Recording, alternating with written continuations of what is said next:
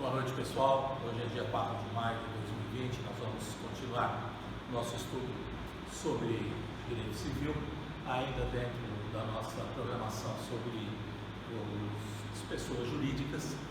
E hoje nós vamos falar especificamente de um tipo de pessoa jurídica previsto no artigo 44, que nós já estudamos, no artigo 44 do Código Civil, que são as fundações. Nós aprendemos já em relação às pessoas jurídicas que normalmente a pessoa jurídica ela é formada por uma coletividade de pessoas, Então normalmente são sócios, são associados, mas existe a chamada pessoa jurídica patrimonial, que é aquela que não é composta, ela não é constituída de uma coletividade de pessoas, mas sim de uma coletividade de bens. Especificamente nós estamos falando da fundação. Então, o que é a fundação? A fundação ela é o destacamento de alguns bens por parte de alguém que vai instituir essa fundação sem fins lucrativos, Ela atua no campo ideal, no campo das ideias, tem finalidade ideal, não lucrativa, de modo que essa fundação vá buscar atingir a sua finalidade. Então, já a primeira separação de fundação em relação às demais pessoas jurídicas é que, enquanto as demais são compostas por uma coletividade de pessoas, a fundação é por uma coletividade de bens. E como é, então, que vai ser esse nosso estudo sobre as fundações? Eu já de início digo a vocês que nós vamos começar e vamos estudar apenas as fundações privadas, que são aquelas que são previstas no Código Civil, que trata das relações privadas. Existem também as fundações públicas, porém as fundações públicas serão tratadas pelo professor de Direito Administrativo no momento oportuno, ok? Então nós vamos trabalhar a partir do artigo 62 até o artigo 69 do Código Civil. E então peço que vocês já separem o material e eu já encaminhei aí juntamente com o link da aula o material de apoio, que é sobre tudo isso que nós estaremos discutindo a partir de agora. Espero que vocês possam acompanhar, como sempre, com bastante proveito essa nossa aula de hoje. Então, especificamente falando da fundação, nós temos que ver todo o caminho, tudo aquilo que ela reclama para que ela possa ser instituída e ela possa então entrar em funcionamento, adquirir a personalidade jurídica como as demais pessoas jurídicas, enfim, todos os detalhes que envolvem esse instituto tão importante. Então, pessoal, para que nós possamos ter a instituição de uma pessoa jurídica, então eu vou até escrever aqui no quadro para ficar mais fácil para vocês, usar a expressão para a criação da fundação, para a criação de uma fundação, nós vamos ter 4 atos. Nós temos a primeira coisa que nós precisamos ter para que se possa instituir uma fundação é uma dotação de bens. O que é a dotação de bens?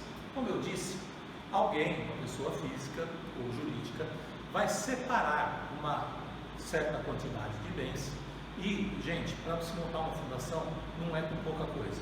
Normalmente, por isso que vocês vão ver que as fundações são sempre fundações que envolvem grupos financeiros, como por exemplo a Fundação Bradesco, que tem lá a sua fundação que cuida da área educacional, com milhares e milhares, talvez centenas de milhares de alunos, a Fundação Ayrton Senna, a Fundação Roberto Marinho, e sempre envolve. Por quê?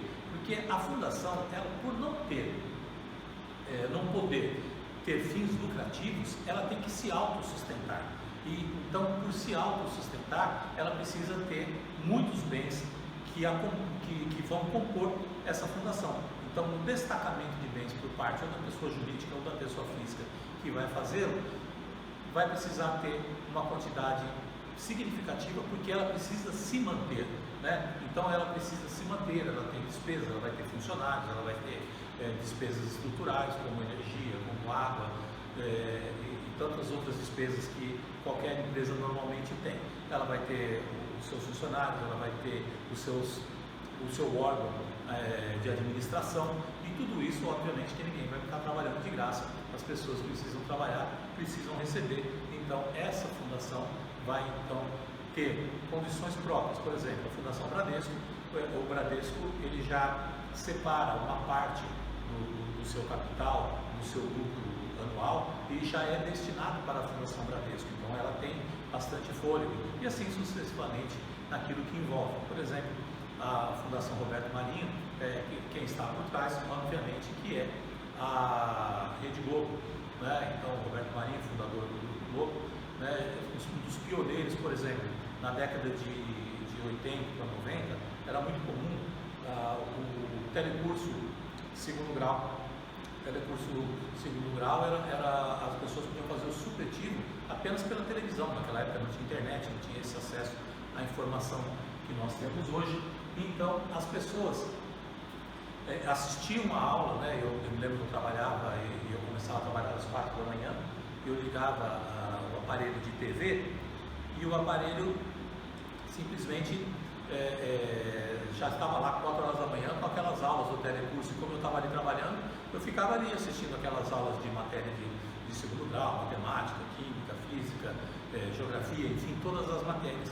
E isso era o quê? Era a Fundação Roberto Marinho, que não cobrava, tanto que ela passava no próprio canal de TV da Rede Globo de maneira gratuita, ela não recebia dinheiro por isso, porque ela não poderia, como as demais fundações, obviamente, ter fins lucrativos, certo? Então, muito bem, para que nós tenhamos essa dotação de bens, então, o que vai acontecer? A dotação nada mais é do que uma destinação de bens. Né? Ele vai separar uma parte do seu patrimônio, né? Então ele vai separar uma parte do seu patrimônio e vai ser destacado. A partir do momento em que o instituidor, né, que vai criar essa fundação, ele faz a dotação desses bens, ele perde esses bens. Na prática, ele perde esses bens. Esses bens não mais poderão voltar para ele. Nós vamos ver aqui ao longo do nosso ensino que ele não tem sequer o direito de se arrepender, né? Porque depois, se ele quiser se arrepender, o Ministério Público vai fazer uma ação judicial e vai transferir os bens, certo? Então, ele, quando vai fazer essa dotação, ele tem que fazer a separação dos bens, indicar os bens que vão compor essa coletividade de bens, que vão então constituir, criar uma fundação. Um detalhe: os bens dedicados a essa dotação, eles têm que ser livres. Depois nós vamos ler os artigos, e aí eu vou remeter a isso que eu estou explicando para vocês. Os bens têm que ser livres. Isso quer dizer o quê? Ora, como os bens vão ser destacados e vão sair da propriedade, eles vão se destacar e nunca mais voltarão ao patrimônio do instituidor, esses bens eles não podem ter nenhum tipo de gravame, ou seja, eles não podem ser bem financiados, eles não podem ser bens penhorados, por exemplo, dados em hipoteca, eles têm que estar absolutamente livres e embaraçados. Esse é um dos requisitos legais, né, que nós tenhamos, então, que esses bens não possam, porque na verdade nós não estamos criando um devedor, nós estamos criando uma fundação que vai ter a sua finalidade, né, ideal, não lucrativa, e por isso que nós não podemos colocar bens que possam ser, por exemplo, ele está penhorado, amanhã ele pode ser levado a leilão e retirado da fundação. O bem está hipotecado, aí não foi pago a hipoteca, o bem vai ser tomado pelo credor hipotecário, e assim por diante. O bem tem que estar livre e desembaraçado para que possa então constituir essa sociedade que será feita. Então, muito bem, antes de construir a fundação, o seu instituidor deverá então separar os bens livres do seu patrimônio, e isso vai se chamar o quê? Dotação, que nada mais é do que a destinação. A destinação de bens que poderá ser feita então por ele como instituidor.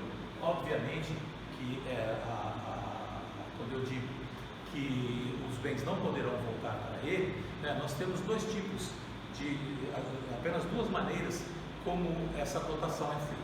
Ou ela é feita por escritura pública ou através de testamento, né? Então, como o testamento, eu poderia pensar, mas o testamento, como é que ele não pode voltar para ele? Pelo seguinte, pessoal, vocês vão aprender no direito das sucessões que o testamento, ele não, quando a pessoa, obviamente, ela está viva, ela vai fazer o testamento.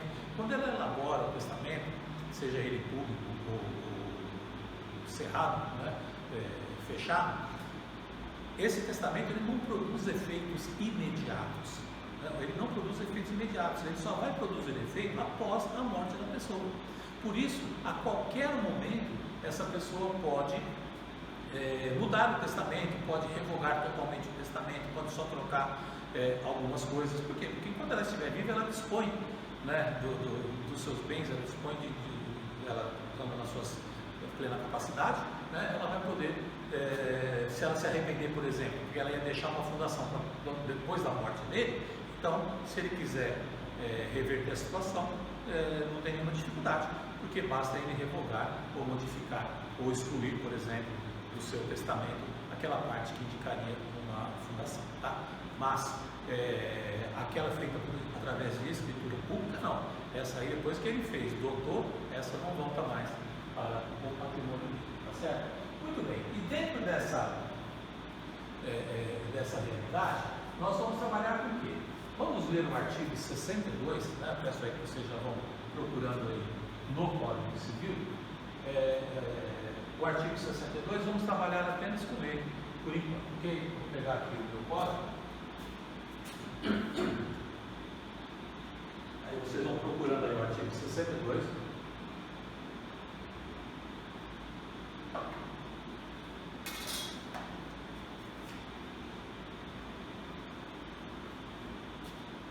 Artigo 62 do Código Civil. Quem encontrou, diga amém. Diz o artigo 62 o seguinte: para criar uma fundação, o seu instituidor fará, por escritura pública ou testamento, dotação especial de bens livres, especificando o fim a que se destina e declarando, se quiser, a maneira de administrá-lo. Parágrafo único. A fundação somente poderá constituir-se para fins de 1. Assistência social. 2. Cultura, defesa, conservação do patrimônio histórico e artístico. 3. Educação.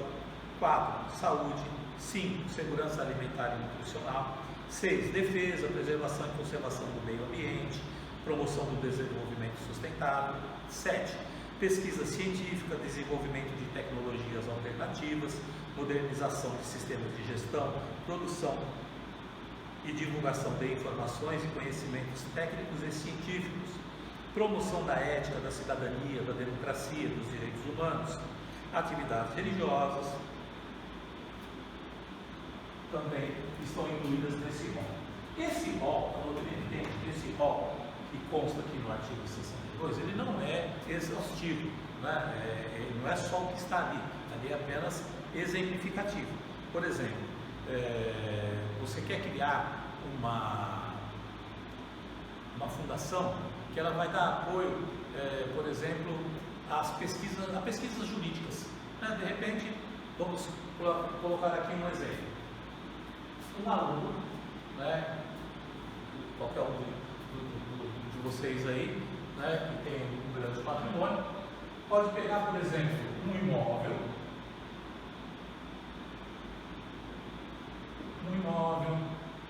2 carros, 20 computadores,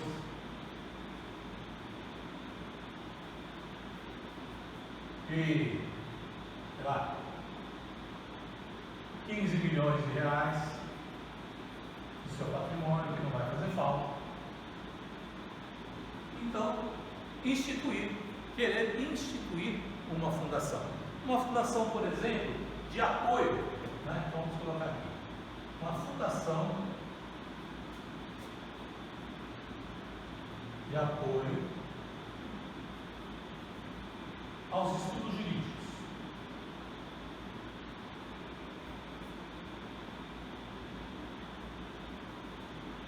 conselho para tentar encontrar a cura para o Covid-19, para proteger animais cuja espécie esteja em vias de extinção, como por exemplo o mico-leão dourado, não importa, né? É uma atividade no campo das ideias. Muito bem, mas o nosso exemplo aqui, o aluno então iria fazer instituir a Fundação de Apoio aos Estudos Jurídicos, por exemplo, uma fundação para apoiar ex-alunos da faculdade dele, da turma dele, que estejam com dificuldade, por exemplo, para passar no exame da OAB depois de formados, então ele vai dar um apoio, ou tem dificuldade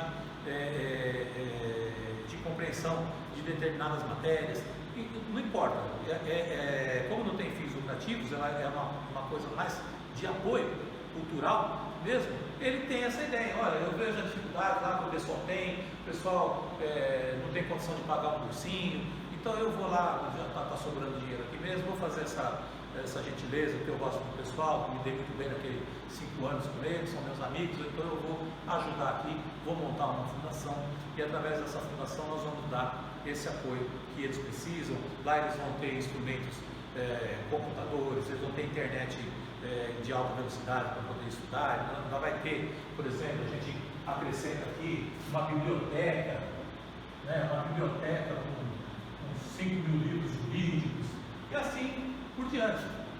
Nós vamos trabalhando então com essa ideia, né, de finalidade. Qual a finalidade da fundação aqui do nosso aluno? A fundação tem por finalidade esse apoio às pesquisas jurídicas, ao ensino científico para um determinado grupo de pessoas. Então é assim que a coisa funciona. A partir do momento que o aluno destacou, como eu já disse, destacou esses bens do seu patrimônio, eles deixam de ser dele, ele perde esses bens, porque esses bens passam então a formar uma coletividade e juntos esses bens compõem a fundação. Então, enquanto uma sociedade, uma associação, ela é composta por pessoas, a fundação especificamente, ela é composta por esses bens. Ela não tem sócios, ela terá administradores, mas ela não terá sócios nem associados, tá certo, pessoal? Muito bem, então vamos lá. Vou apagar aqui, né, o patrimônio aqui do nosso colega.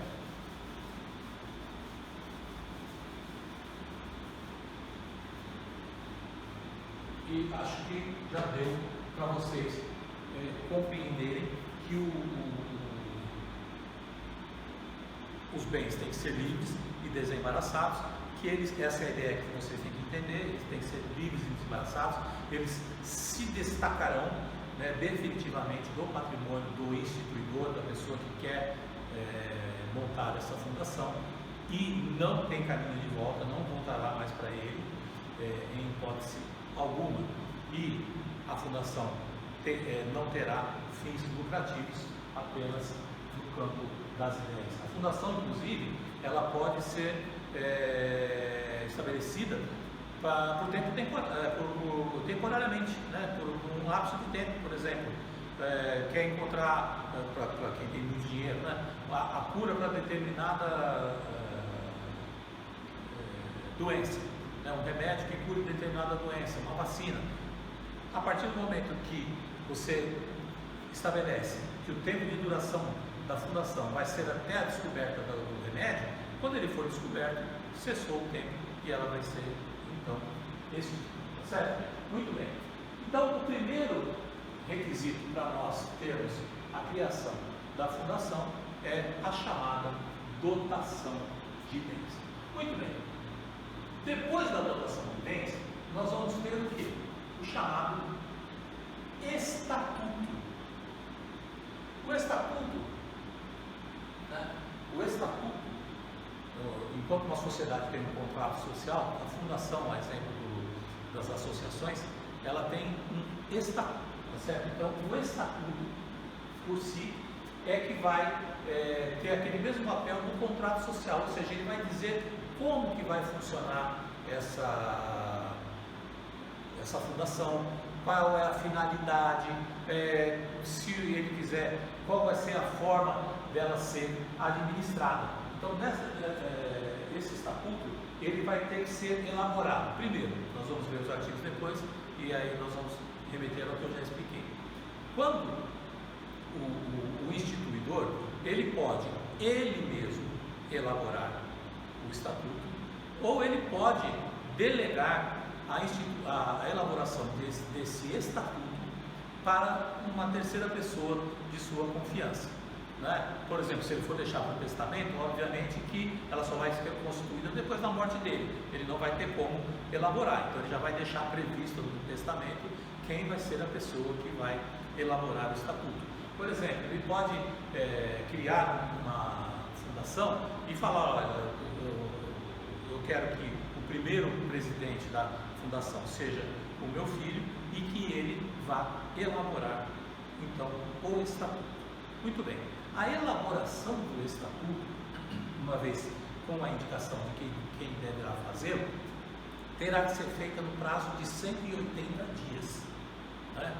Prazo de 180 dias. Se não for feita, né, ela já foi criada, mas o estatuto não foi ainda aprovado, depois de 180 dias, o Ministério Público vai intervir para ele mesmo elaborar esse estatuto.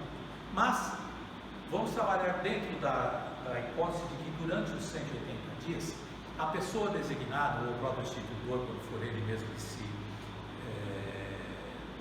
encarregar da elaboração do estatuto, vai fazer lá, como tem que ser feito, o estatuto da fundação e vai submeter à aprovação. Submeter à aprovação de quem? Do Ministério Público. Então, o Ministério Público é o órgão encarregado de aprovar os estatutos das fundações, né? Nas cidades maiores, o Ministério Público tem promotorias exclusivas apenas para acompanhar as fundações, né? Você poderia pensar, mas por que o Ministério Público está se metendo numa pessoa jurídica de direito privado? É porque as fundações, exatamente por ter fins lucrativos, e elas trabalham, né, nesse campo das ideias, nesse campo de ajuda, de pesquisa, elas precisam estar sendo fiscalizadas, né? Porque às vezes elas conseguem alguns benefícios que a pessoa física do instituidor não conseguiria. Então, como há um interesse social, e o Ministério Público, como nós sabemos, ele também é o fiscal da lei, da correta aplicação da lei, o Ministério Público vai então fiscalizar, ele tem essa atividade fiscalizatória em relação às fundações. Muito bem, então, elaborar o estatuto por quem de direito vai submeter ao Ministério Público. O Ministério Público vai fazer o quê? Aquele crivo para ver se o estatuto não ofende nenhuma lei, se ele não tem nenhuma finalidade impossível de ser colocada, né? Então ele não vai poder fazer uma fundação para apoiar os seus portadores de droga. Não, por quê? Porque o ato é ilícito. Então ele vai verificar se a finalidade é lícita, né? Se as pessoas que estão respondendo por ela são pessoas que têm legitimidade para aquilo. Então ele vai fazer todo aquele estudo e, uma vez de acordo, ele vai fazer a aprovação. E aí, quando ele tiver aprovado, né, que nós vamos ter a segunda parte. Então, recapitulando, o estatuto tem que ser feito por quem o instituidor decidiu, ele próprio ou um terceiro de sua confiança. Prazo para isso, 180 dias. Né? Mas ele poderia estabelecer outro prazo? Poderia. Ele estabelece o prazo. Quando ele não, nós vamos ver daqui a pouco o Código Civil, quando ele não estabelecer o prazo, aí tem 180 dias, tá? Só corrigindo o que eu falei no início. O instituidor, ele pode estabelecer o prazo que ele quiser para a elaboração do estatuto. Ah, mas por que ele pode estabelecer, esticar o prazo? Porque enquanto ela não for registrada, né, o estatuto não for registrado, e para ser registrado ele tem que primeiro ser aprovado lá pelo Ministério Público, ou pelo juiz, conforme o caso eu vou explicar daqui a pouco, ela não vai estar criada, ela não vai ter, por exemplo, a personalidade jurídica. Então, por não ter a personalidade jurídica ainda adquirida, então não tem problema que ele estabeleça outro prazo. Mas uma vez que ele tenha estabelecido o prazo, se decorrido aquele prazo não foi elaborado ou levado ao Ministério Público para ser aprovado, o próprio Ministério Público vai fazer. Agora, se o instituidor, no ato da dotação, ele não estipulou um prazo, aí a lei já estipula um prazo. Aí o prazo, então, se for silente, ele vai ser de 180 dias. E passados 180 dias não foi elaborado o estatuto, então o Ministério Público vai fazer. Mas voltando ainda àquela ideia, se foi feito, elaborado lá por quem tem direito, ele leva para o Ministério Público. O Ministério Público, estando tudo em ordem, ele vai aprovar. Agora, se ele entender que não está em ordem, ele não vai aprovar. E aí, se a parte, o instituidor, entender que o Ministério Público não tem motivos para não aprovar, ele pode então recorrer ao juiz, para que o juiz então supra aquela negativa do Ministério Público na aprovação. O juiz vai analisar, obviamente, os argumentos do instituidor e vai verificar se o Ministério Público tinha ou não motivos para não aprovar. Se o juiz entender que o Ministério Público se equivocou, que ele não tinha motivos para não aprovar, aí o juiz então vai substituir o Ministério Público e vai aprovar. Tá? Então, se o primeiro ponto é a dotação de bens, o segundo ponto é o estatuto. E como eu expliquei, esse estatuto tem que ser levado para a aprovação. Aprovação por quem? Pelo Ministério Público.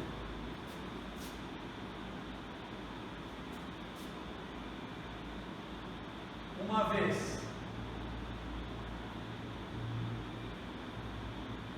não aprovado, o Ministério Público pode falar isso não pode, ou isso não pode, isso não pode, ou a pessoa se conforma e muda aquilo que o Ministério Público está constituído, está ali apontando, ou ela vai e recorre ao juiz. Não aprovado, cabe recorrer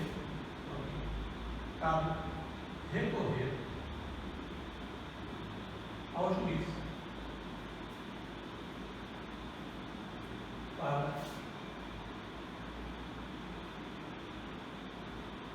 para ele suprir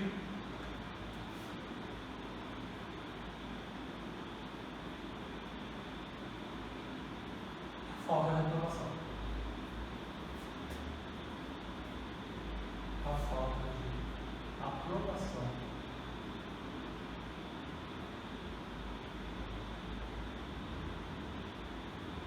do emitente. Ok?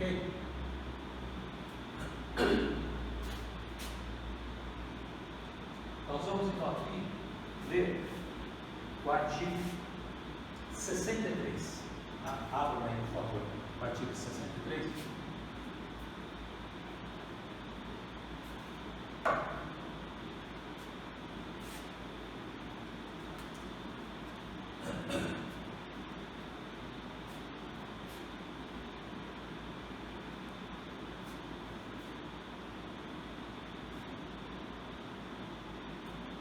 Só antes de ler o artigo 63, só para constar aqui, né, gente? Nós vamos colocar aqui o estatuto, né? O estatuto é um requisito, obviamente, como os demais, é essencial. Então, o estatuto, quero colocar aqui para vocês, é requisito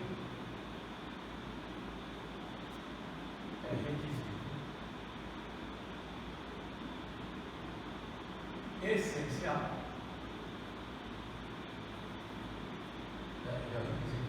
Essencial, e ele é feito ou por escritura pública, não pode ser, então ela tem que ser feita no cartório de notas, tá? Cartório de notas, ou através de testamento.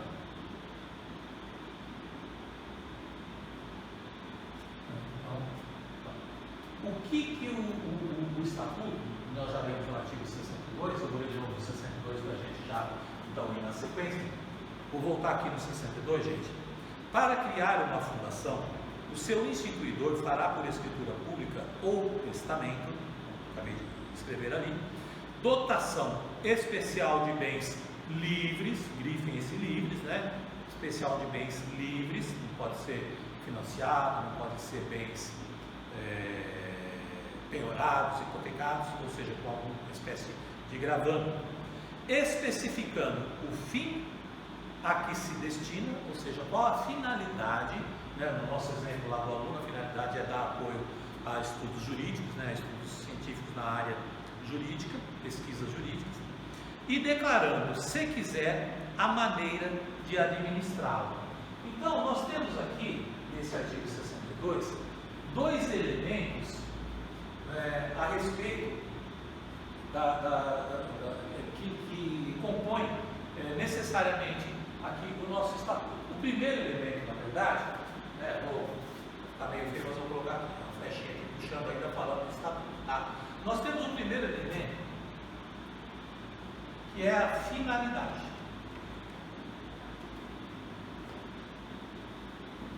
É a finalidade. Como eu estou controlando o horário aqui, pessoal, está dando aqui 31 minutos, eu vou parar e já começo em seguida e depois a gente faz a edição. Até daqui a pouco. Voltando. Finalidade. No nosso exemplo, a finalidade lá do aluno era dar esse apoio aos acadêmicos, aos ex-acadêmicos, ao pessoal da área do estudo do direito.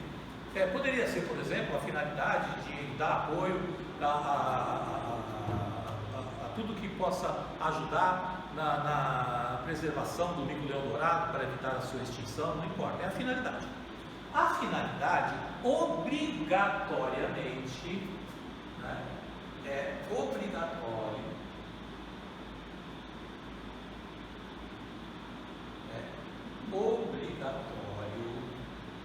constar. O artigo 62 fala isso. É obrigatório constar no estatuto. Então, é para defender o mico-leão dourado, vai ter que constar lá que a finalidade é defender o mico-leão dourado. Se é para defender que o Palmeiras tem título mundial, tem que constar lá, mas eu acho que o Ministério Público não vai aprovar. E o juiz, se for eu, muito menos. Né? Então, mas vamos procurar uma coisa mais verdadeira, né? A proteção do mico-leão dourado, e o apoio acadêmico e essas coisas todas. Então, dentro desses dois elementos, o elemento o elemento A, é a finalidade. E a finalidade, como nós acabamos de ver, tem que constar no estatuto. E o segundo elemento que nós temos a constar é a maneira de administração. A maneira no estatuto vai estar lá como é que ela tem que ser administrada. Então, a maneira de administrar. Só que essa maneira de administrar, vocês olharem no artigo 62, ele diz assim: tem que constar os fins a que se destina e, se quiser, pode constar a maneira de como ela será administrada. Então, esse "se quiser" quer dizer o quê? É uma faculdade, é facultativo, pessoal, é facultativo constar a maneira de administrar no estatuto.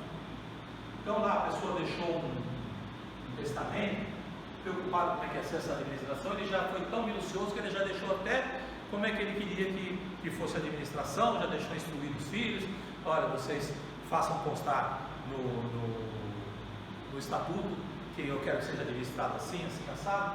Perfeitamente possível. Era obrigado a fazer isso? Não, é uma faculdade que a lei lhe permitia naquele momento, tá certo? Então, são dois elementos desse requisito essencial para a criação, para a instituição, para a constituição de uma pessoa jurídica do tipo fundação. Muito bem. Então, a dotação, que nada mais é do que a afetação dos bens do patrimônio particular para o patrimônio novo que vai ser criado numa coletividade de bens, se tornará uma fundação. E temos o estatuto. Esse estatuto, uma vez elaborado, é levado ao Ministério Público. Se não for elaborado no tempo certo, o Ministério Público o elaborará. E se o Ministério Público tiver que fazer ele o estatuto, porque não fizeram no prazo de lei, ou não cumpriram o prazo constituído ali pelo instituidor, o Ministério Público então vai fazer e vai levar para quem aprovar, para o juiz. Inclusive há várias críticas na doutrina. O Pablo Flores é um crítico mesmo, porque ele fala: imagine numa cidade que só tem um juiz e um promotor, e aí se o promotor vai fazer um estatuto e vai levar para o juiz aprovar esse estatuto. Não é papel do juiz aprovar estatuto, mas aí a lei falou que é o juiz, tudo bem, aí o juiz aprova o estatuto. Amanhã o promotor precisa entrar com uma ação contra aquela fundação, o juiz já vai ficar impedido de julgar porque ele aprovou o estatuto, aí só tem ele na comarca, já vai criar um problema, vai ter que vir um juiz de outra comarca para subir como substituto. Então cria-se tudo, mas infelizmente, mesmo com todas essas críticas, a lei diz que é assim, então ela vai ser assim, né? Então, muito bem, então nós temos aqui essas duas coisas. Um detalhe que eu quero deixar para vocês, eu vou apagar aqui para a gente, porque aí já está avançado aqui o papo. Ainda no assunto finalidade, é que a finalidade, uma vez expressa lá no estatuto, ela é imutável, tá? Vou colocar um asterisco aqui. A finalidade, uma pergunta boa para a prova, a finalidade da fundação prevista no estatuto é imutável, ou seja, não pode mudar. Você não pode mudar de proteção do mico-leão dourado para a instituição de pesquisas científicas, né? Não pode. Ela tem uma finalidade única que já vai estar prevista, ok? Tá. Aí pode acontecer, por exemplo, voltando aqui, ainda só para terminar, né? Porque eu falei da aprovação. Quando o Ministério Público aprova, aí o que vai acontecer? Ainda está faltando alguma coisa para a criação estar completa. É o registro no cartório de registro de pessoas jurídicas. No nosso caso aqui de Pimenta Bueno, é o próprio cartório de imóveis que também acumula essa função de registro das pessoas jurídicas. Então, nós temos a dotação dos bens, que é aquela destinação de bens, nós temos o estatuto elaborado, nós temos o estatuto aprovado pelo Ministério Público ou pelo juiz, conforme o caso, e por fim, tudo isso, essa documentação sendo levada ao registro. Uma vez registrado o estatuto da nossa fundação, ela então será considerada uma pessoa jurídica regular e, diante dessa regularidade, ela passou então a ter a aquisição dos direitos da personalidade como qualquer pessoa jurídica ou pessoa natural, pessoa física. Tá? Então, nós temos esses 4 elementos, itens a serem completados para que nós tenhamos a constituição de uma fundação: a dotação de bens, a elaboração do estatuto, a aprovação do estatuto e o registro no respectivo cartório. Ok? Muito bem. Então, vamos agora, deixa eu colocar meu computador aqui, vamos agora ler o artigo 63, e aí eu faço uma explicação para vocês. Diz o artigo 63 o seguinte: quando insuficientes para constituir a fundação, os bens a ela destinados serão, se de outro modo não dispuser o instituidor, incorporados em outra fundação que se proponha a fim igual ou semelhante. Então, o que o código ali está dizendo? Ele está dizendo o seguinte: olha, pode acontecer, né, de os bens da fundação não dão mais conta para o fim a que ela se destinava, né? Veio lá, sei lá, uma crise econômica, como nós estamos agora, e quem tem mais idade já passou por tantos planos econômicos, tantas crises, tantas hiperinflações, e de repente ela se torna inviável, né? Então ela tem lá o seu patrimônio de bens, mas ela não se sustenta. Então, nesse caso, o que vai acontecer? Já expliquei para vocês. A única coisa que não vai acontecer aqui é os bens retornarem para o instituidor. E por que os bens não podem voltar para o instituidor? Porque a partir do momento da dotação, ele simplesmente perde aquela propriedade daquele patrimônio, a titularidade daquele patrimônio. Porque o requisito essencial, logo de cara, no artigo 62, que é o primeiro artigo, é de que o bem seja livre, né? Ele não pode ter, por exemplo, se existisse essa possibilidade de haver essa reversão, né? De que se ela lá na frente ela bambear e não tiver conta, então volta, peraí, então ele não está livre, ele está com uma condição, né? Que a condição é que ela se mantenha, porque se ela não se manter, volta para ele, então esse bem não está livre, não dá para confiar numa fundação cujos bens não sejam livres e embaraçados. Seria a mesma coisa que você confiar que todos aqueles imóveis e veículos estavam financiados ou hipotecados, de repente ela está funcionando, aí não pagou quem era o devedor da hipoteca ou do financiamento, não pagou, aí os credores vêm e levam e a fundação vai por água abaixo, tá certo? Então esse é o motivo. Então não vai poder, né, fazer. E o que faz então? Né? Vamos voltar lá no artigo 63. Qual que é a solução? A solução ele mesmo dá aqui. Quando insuficientes para constituir a fundação, os bens a ela destinados serão, se de outro modo não dispuser o instituidor, incorporados em outra fundação que se proponha a fim igual ou semelhante. Então, o código diz que os bens que não podem voltar para o instituidor, eles vão então ser destinados e vão ser incorporados numa outra fundação qualquer que tenha uma finalidade igual a dele ou semelhante. Mas o código ainda deixa uma brecha aqui, dizendo o seguinte: os bens destinados serão se de outro modo não dispuser o instituidor. Por quê? Porque lá no estatuto ele pode colocar, né, o instituidor pode colocar que em caso ela não se sustente mais à frente, ele já indica, eu indico que os bens sejam para a fundação tal. Então, se ele já dispuser para onde vai, não vai ser procurar uma igual ou semelhante, ele já indicou uma igual ou semelhante, tá certo, gente? Então, isso é o que o artigo 63 está dizendo aqui. E já que estamos no embalo, vamos no 64, confiram aí comigo.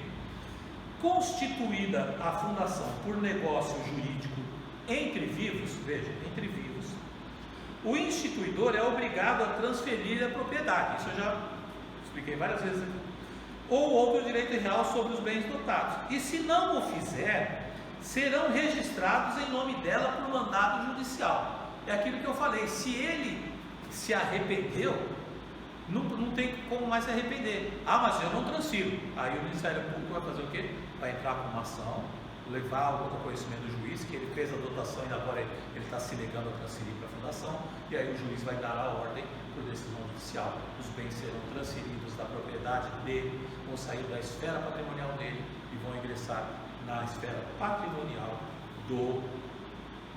da fundação. Ok? Muito bem.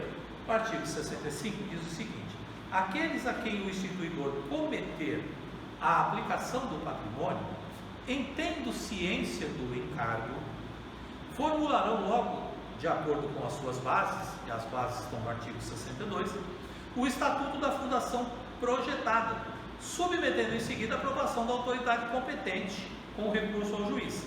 Aquilo que nós já falamos, quem é a autoridade competente que ele vai submeter o estatuto elaborado? O Ministério Público. Recurso ao juiz. Por quê? Recurso do quê? Se a autoridade competente para aprovação primeiro, que é o Ministério Público, não tiver motivo, for questionável o motivo pelo qual ele se recusou a aprovar aquele estatuto. E aí, gente, o parágrafo único do 65 ele diz o seguinte: se o estatuto não for elaborado no prazo assinado pelo instituidor, ou não havendo prazo em 180 dias, o Ministério Público, a incumbência caberá ao Ministério Público, já expliquei para vocês, né, que o Ministério Público só vai agir subsidiariamente se havia prazo ou havia quem estivesse já designado para fazer e não fez. O Ministério Público vai fazer esse estatuto e aí, como ele fez, ele não pode aprovar, ele submete então ao juiz e o juiz vai fazer o papel que o Ministério Público faria se outra pessoa tivesse proposto aquele estatuto. E aí, gente, vem o artigo 66. Velará pelas fundações o Ministério Público do Estado onde situadas. Então, quem é que tem que velar pelas fundações? Como eu disse, o Ministério Público, ele atua, no caso de pessoa jurídica, uma entidade privada, em caráter excepcional. E por que o legislador colocou o Ministério Público sempre envolvido? Por exemplo, ele tem essa atribuição de, se a pessoa se recusar depois a transferir os bens que ele prometeu para a fundação, ele vai lá e move a ação e obriga. Ele tinha que fazer o estatuto, não fez, ele vai lá e faz, porque a fundação ela tem um caráter social, ela tem um interesse público, e o Ministério Público atua sempre como representante da sociedade, como o fiscal da lei, ele atua nessa vertente de procurar fiscalizar, é uma atividade simplesmente fiscalizatória mesmo. Então a gente tem que trabalhar com essa ideia. Muito bem. O artigo 64, que eu acabei de ver, o artigo 65, faz então a menção de que é o Ministério Público dos Estados. Aqui em Rondônia, se você tiver uma fundação, então tem a fundação, não me lembro agora de nenhuma fundação aqui em Rondônia, mas suponhamos que tivesse a fundação Madeira Mamoré, lá da Estrada de Ferro. Essa fundação ela vai ser fiscalizada pelo Ministério Público de Rondônia, porque está no estado de Rondônia. É o Ministério Público Estadual, não o federal. Nós temos o Ministério Público Federal também, mas não, é o Ministério Público Estadual que vai fiscalizar essa fundação. Se a fundação ela tem ramificações, por exemplo, tem uma fundação aqui e tem a mesma fundação também, dessa mesma fundação, lá uma filial no Acre e outra aqui no Mato Grosso e uma no Amazonas, dentro da área de cada estado, o Ministério Público daquele estado é que vai fiscalizar os atos dessa fundação e as suas atividades. Então, você vai ter lá na do Acre é o Ministério Público do Acre, de Rondônia aqui, do Mato Grosso ali, o do Amazonas ali. Sempre o Ministério Público atuando dentro da sua competência estadual, ok? Deixa eu trocar o óculos, sem ele eu não consigo. Muito bem. O parágrafo primeiro do artigo 66, ele diz o seguinte: se funcionarem no Distrito Federal ou em território, caberá o encargo ao Ministério Público do Distrito Federal e territórios. Então, essa mudança houve porque antes atribuía-se ao Ministério Público, ao Ministério Público Federal, quando fosse o Distrito Federal ou os territórios. Só que nós tivemos a transformação e a criação no Distrito Federal do Ministério Público do DF, então o Ministério Público do Distrito Federal e territórios, embora hoje não tenha território, mas já tem esse Ministério Público, então é MPDFT, Ministério Público. Então, quando a lei, o código foi criado em 2002, em vigência em 2003, constava que no Distrito Federal seria o Ministério Público Federal. E aí foi movida uma ação direta de inconstitucionalidade do Supremo. Quem tem um código mais atualizado vai ter essa remissão aí. A ADI número 2794-8 de 2007, e o Supremo Tribunal Federal julgou inconstitucional aquela determinação e determinou que seria o Ministério Público do Distrito Federal e territórios que vai atuar, assim como os estaduais atuam em cada estado. Inclusive foi uma lei, a 13.151 de 28 de 7 de 2015, que alterou o parágrafo 1º, retirando aquela fala de que seria o Ministério Público Federal, tá certo? Muito bem. E aí, uma vez uma vez aprovado o estatuto, uma vez registrado, aí vem a pergunta: é possível, pergunta, né? Pergunta para a prova aí também. É possível alterar o estatuto? Ou seja, o estatuto foi elaborado, foi levado ao Ministério Público, estava em ordem ou corrigiram lá eventuais equívocos, e através desse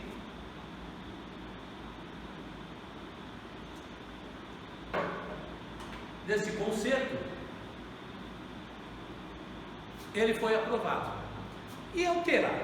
Bom, aí, primeira coisa que nós vamos ter, ao contrário das associações, por exemplo, as associações, elas têm a sua Assembleia Geral, onde os associados se reúnem, e aí é proposta ali uma Assembleia Geral, e na Assembleia Geral é proposta, de acordo com o Estatuto, com o quórum previsto no Estatuto, eventuais mudanças no Estatuto. Mas as fundações, nós já vimos que elas não têm sócios, elas têm apenas um conjunto, uma coletividade de bens, esses bens não falam. Então, como é que faz para se fazer uma alteração? É possível? É possível uma alteração. Então, como que nós vamos fazer essa alteração? Através do seu órgão de administração. Toda fundação vai ter um órgão de administração. Então, para a lei prevê aqui, nós vamos ler agora então no artigo 67, acompanhe aí comigo, né, o artigo 67, que diz o seguinte: para que se possa alterar o estatuto da fundação, é mister, ou seja, é necessário que a reforma, seja deliberada por 2/3 dos competentes para gerir e representar a fundação. Ou seja, ele está falando aqui do órgão administrador. Tem um órgão de administração composto por algumas pessoas. Então, para que haja essa mudança, vai ter que ter um voto de 2/3. Isso quer dizer o quê? Se forem 9 pessoas no órgão, né? No órgão da administração, nós vamos ter que ter quanto? Quanto que dá 2/3 de 9? 6. Teremos de ter 6 para poder aprovar a alteração. E essa alteração, uma vez aprovada por 2/3, ela tem que ir para o MP. Ele já aprovou lá o primeiro estatuto. Será que o Ministério Público ele vai ter que fiscalizar a alteração que foi submetida? Vamos raciocinar juridicamente. Obviamente, gente, que o Ministério Público vai ter que ser ouvido. Por quê? Porque senão ficaria fácil, né? O cara quer fazer um outro maracutaia, mas primeiro ele monta um estatuto, né? Montaria um estatuto bem bonitinho, bem amarradinho, leva lá o Ministério Público, nossa, que beleza, muito bem feito, né? E aí ele vai e aprova. Aí depois o outro vai lá e eles alteram tudo. Não. Do mesmo jeito que passou a aprovação, precisa passar por ele a alteração. E aí o próprio código aqui, mais à frente, ele vai dizer o seguinte, ó: seja deliberada por 2/3.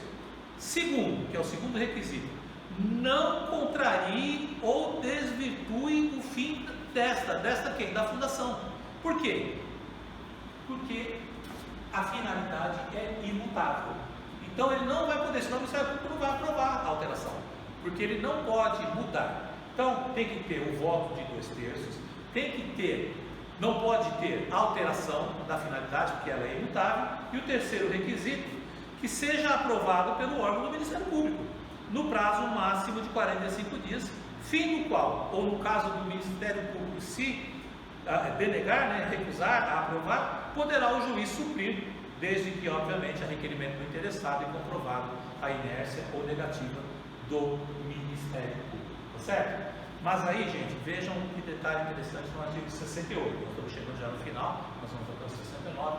O 68 diz o seguinte: quando a alteração não houver sido aprovada por votação unânime, os administradores da fundação, ao submeterem o estatuto ao órgão do Ministério Público, requererão que se dê ciência à minoria vencida para impugná-la, se quiser, em 10 dias. Então vejam, no nosso exemplo aqui, se os 9 tivessem aprovado, foi unânime. Se foi unânime, não tem que questionar nada, é levar para o Ministério Público e esperar que ele aprove a alteração. Mas se for, por exemplo, só com voto de 2/3, nós temos aqui o quê? Nós temos 3 que formam a minoria.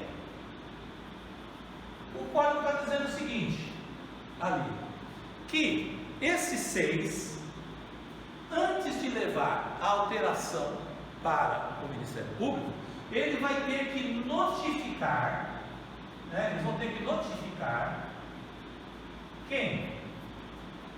A minoria. E a minoria terá um prazo de 10 dias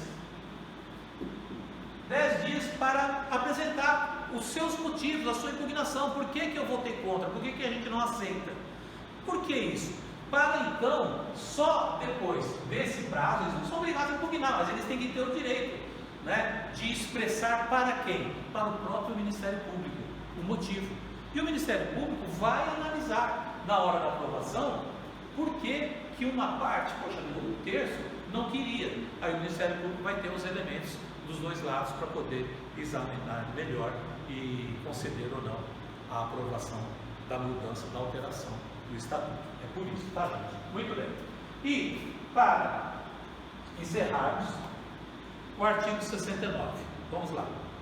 Tornando-se ilícita, impossível ou inútil a finalidade a que visa a fundação, ou vencido o prazo de sua existência, no caso da temporária, né, o órgão do Ministério Público ou qualquer interessado lhe promoverá a extinção, incorporando-se o seu patrimônio, salvo disposição em contrário no ato constitutivo ou no estatuto, em outra fundação, designada pelo juiz que se propõe a fim igual ou semelhante.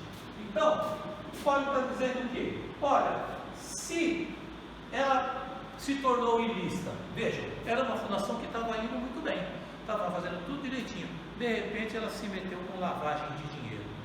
Ora, ao se meter com lavagem de dinheiro, o que ela fez? Ela se tornou ilícita, e por se tornar ilícita, ela então será extinta, exatamente por causa disso, tá, gente? Ah, mas aqui não é o caso de se tornar ilícita, ela se tornou, segundo o elemento aqui que o código fala, impossível. Impossível por quê? Porque ela não aguenta mais, ela não se sustenta, ela não tem condição de se manter, a quebradeira da economia atingiu fortemente e ela não consegue se manter. Então ela tem que ser extinta. Se ela não consegue se manter, ela tem que ser extinta. E qualquer detalhe, os bens não voltam para o instituidor, tá certo? Então, é possível atingir os fins, então nós vamos ter que extinguir. Terceira situação em que ela será extinta, né, nesse artigo 69, quando a finalidade a que visa a fundação, tornando-se possível e inútil a finalidade a que visa a fundação, qual seria uma inutilidade do fim a que visa a fundação? Ela é uma fundação para ajudar na preservação de um animal cuja espécie estava em extinção, o mico-leão dourado. Aí, infelizmente, apesar de todos os esforços, o mico-leão dourado foi extinto. Aí acabou a finalidade dela, ela vai então ser extinta e os bens vão ser encaminhados para outra fundação.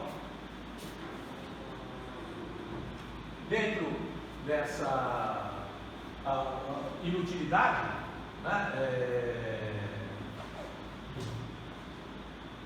ela se tornou inútil por quê? Porque o fim que ela visava já foi atingido. Por exemplo, ela queria descobrir a vacina para o Covid-19. Descobriu a vacina, pronto, agora ela vai ser extinta porque a finalidade, ela se tornou inútil a sua manutenção e por isso ela vai ser extinta. Só para a gente encerrar, voltando àquela questão da reversão, guardem isso, os bens não podem voltar. Se houvesse possibilidade, qualquer previsão legal ou estatutária, e se houver essa cláusula de reversão, ela vai ser nula. Por quê? Porque se houvesse a possibilidade, ainda que condicionada, ainda que remota, de uma possível reversão dos bens, ou seja, da volta dos bens para o instituidor, que tinha destacado o patrimônio, ele jamais teria sido livre, porque ele já teria sido doado como um encargo, que era o risco